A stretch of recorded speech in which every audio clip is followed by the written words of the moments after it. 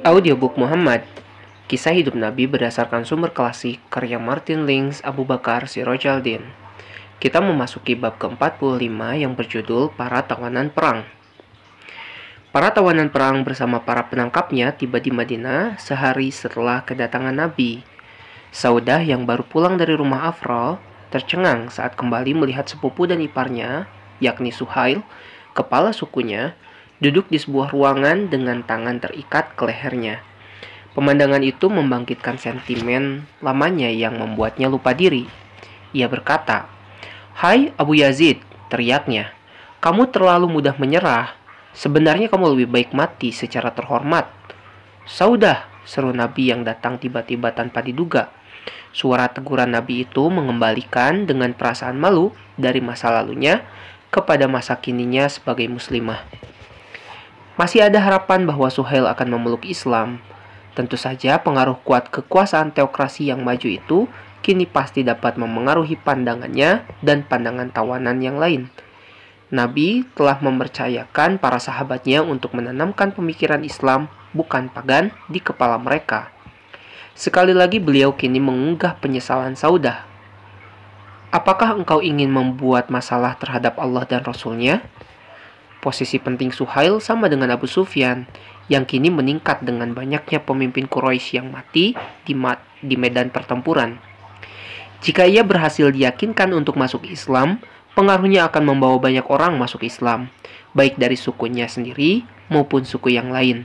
Namun sayang, keberadaannya di Madinah tidak lama, karena Bani Amir segera mengutus orang untuk menebusnya. Dan orang itu rela untuk tetap tinggal di Madinah sebagai sandera, sementara pemimpinnya kembali ke Mekah untuk menyiapkan jumlah tebusan yang telah disepakati. Setiap tawanan dibagi kepada 3 pejuang atau lebih. Sekelompok kaum Ansor membawa Abbas ke hadapan Nabi dan berkata, "Hai Rasulullah, izinkan kami untuk tidak menerima tebusan demi putra saudara perempuan kami." Yang dimaksudkan saudara perempuan adalah Salma, nenek orang yang ditawan itu. Tapi Nabi berkata, "Kamu tak boleh melepaskan 1 dirham pun." Kemudian Nabi berbalik ke arah pamannya, Abbas, dan berkata, "Tembuslah dirimu sendiri dan 2 keponakanmu, Akil dan Naufal, dan sekutumu, Utbah, karena engkau orang kaya." Abbas protes, "Aku telah menjadi muslim, tapi aku dipaksa mereka untuk melawanmu." Nabi menjawab, "Hanya Allah yang tahu tentang keislamanmu. Jika engkau benar, Dia yang akan memberikan ganjarannya. Tapi kenyataannya, engkau telah melawan kami, maka bayarlah tembusanmu sendiri." Abbas menjawab bahwa ia tidak memiliki uang.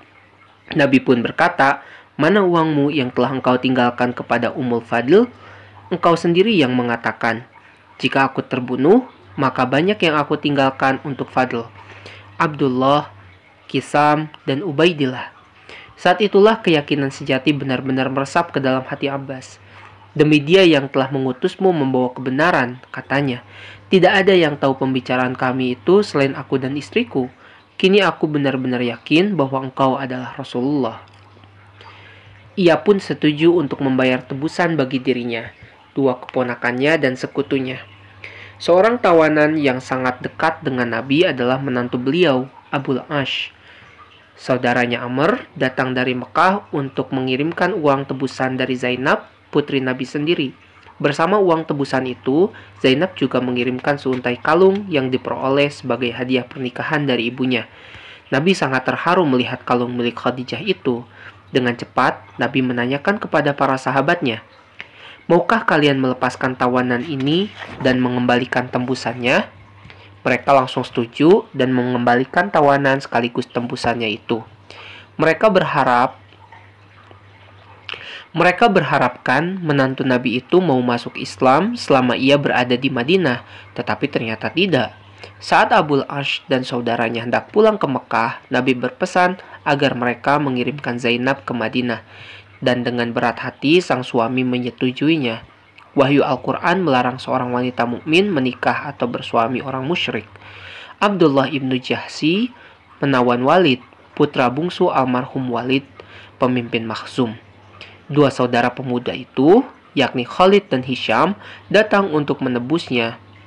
Abdullah tidak mau melepaskan tawanannya itu. jika uang tembusannya kurang dari 4.000 dirham. Khalid, saudara tiri Walid, menolak untuk membayar sejumlah itu.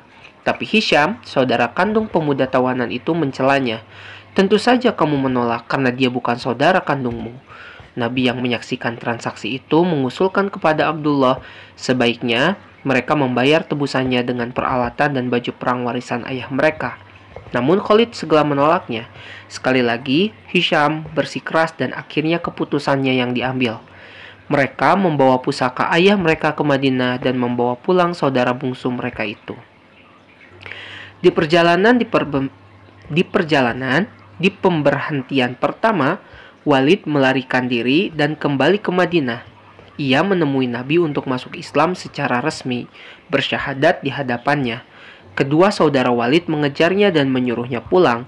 Ketika mereka melihat apa yang terjadi, dengan marah Khalid berkata, Mengapa kau lakukan ini setelah kami tebus dengan bayaran tinggi?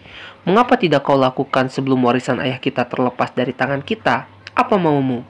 Walid menjawab bahwa ia tidak mau orang Quraisy menganggap dirinya mengikuti Muhammad karena ingin bebas dari kewajiban membayar tebusan. Kemudian, ia kembali ke Mekah bersama Khalid dan Hisham untuk mengambil harta miliknya di sana, tanpa curiga sedikit pun akan disiksa oleh saudara-saudaranya itu.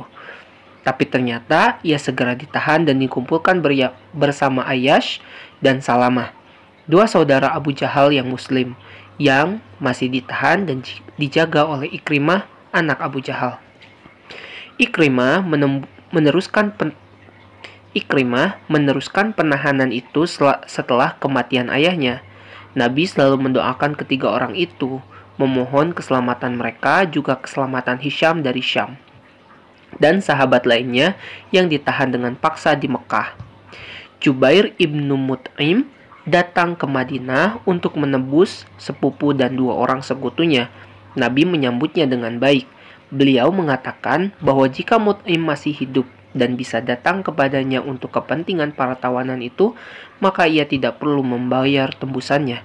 Selama tinggal di Madinah, Jubair sangat terkesan dengan semua yang dilihatnya. Pada suatu ketika, saat senja tiba, ia berdiri di dekat masjid untuk mendengarkan Nabi salat. Saat itu Nabi sedang membaca surat At-Tur, yang berarti gunung, yang memberi peringatan tentang hari kebangkitan dan neraka, serta menggambarkan keindahan surga. Surat itu diakhiri dengan ayat, "Dan bersabarlah menunggu keputusan dari Tuhanmu. Sesungguhnya kamu berada di dalam penglihatan kami, dan bertasbihlah dengan memuji Tuhanmu ketika bangun berdiri, dan bertasbihlah kepadanya pada beberapa saat di malam hari dan di waktu terbenamnya bintang-bintang, yakni saat fajar." Quran surah 52 ayat 48-49. Saat itu, kata Jubair, keimanan telah merasuk ke dalam hatiku.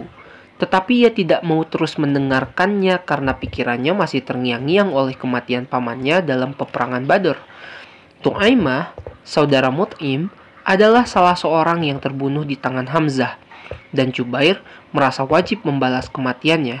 Karena khawatir niatnya itu akan melemah, ia segera kembali ke Mekah setelah terjadi kesepakatan mengenai tebusan yang harus dibayar.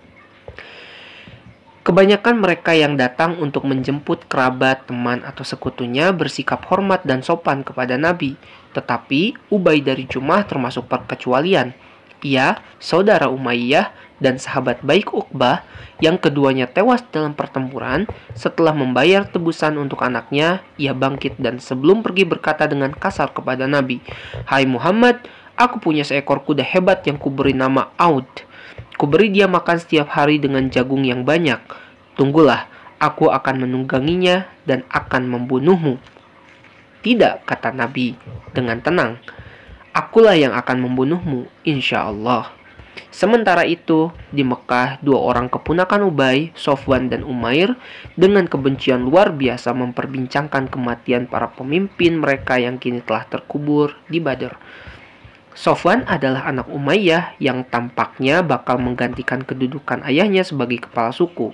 Sepupunya, Umair, adalah orang yang bergerak mengelilingi pasukan muslim untuk mengamati kekuatan musuh di perang Badar. Demi Tuhan, betapa hidup ini tak terasa berarti lagi setelah kepergian mereka, kata Sofwan.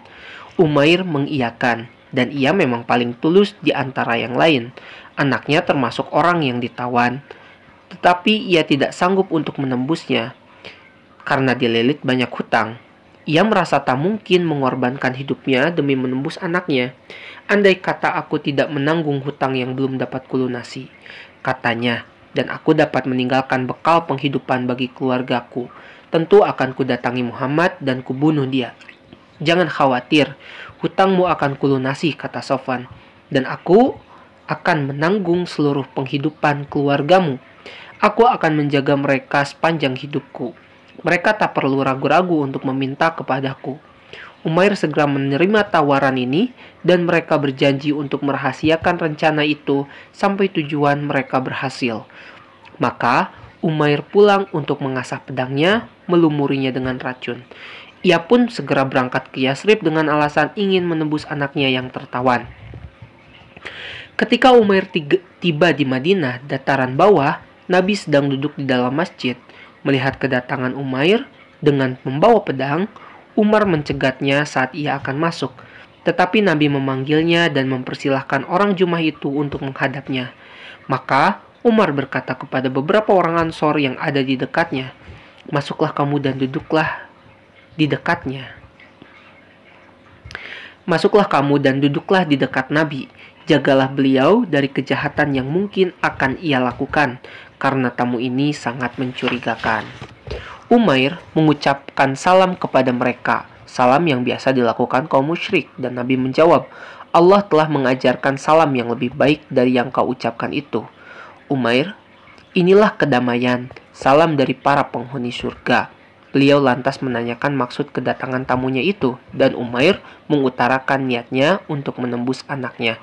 "Mengapa kamu membawa pedang?" tanya Nabi. "Tuhan membenci pedang-pedang," kata Umair. "Apakah mereka telah melayani kita dengan baik?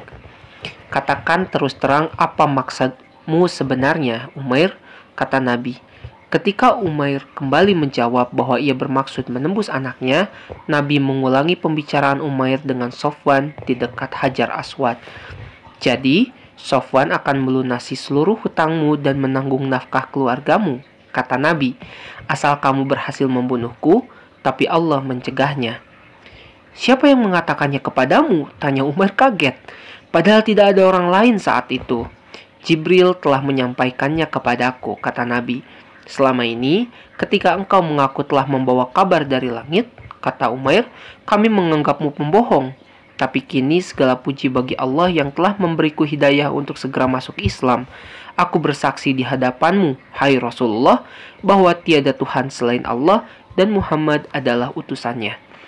Nabi berkata kepada mereka yang hadir di situ, "Bimbinglah saudaramu ini dalam menempuh agamanya, bacakanlah ayat-ayat Quran, dan lepaskanlah anaknya yang ditawan." Umair bersemangat untuk kembali ke Mekah dengan maksud mengajak yang lain untuk masuk Islam, termasuk Sofwan.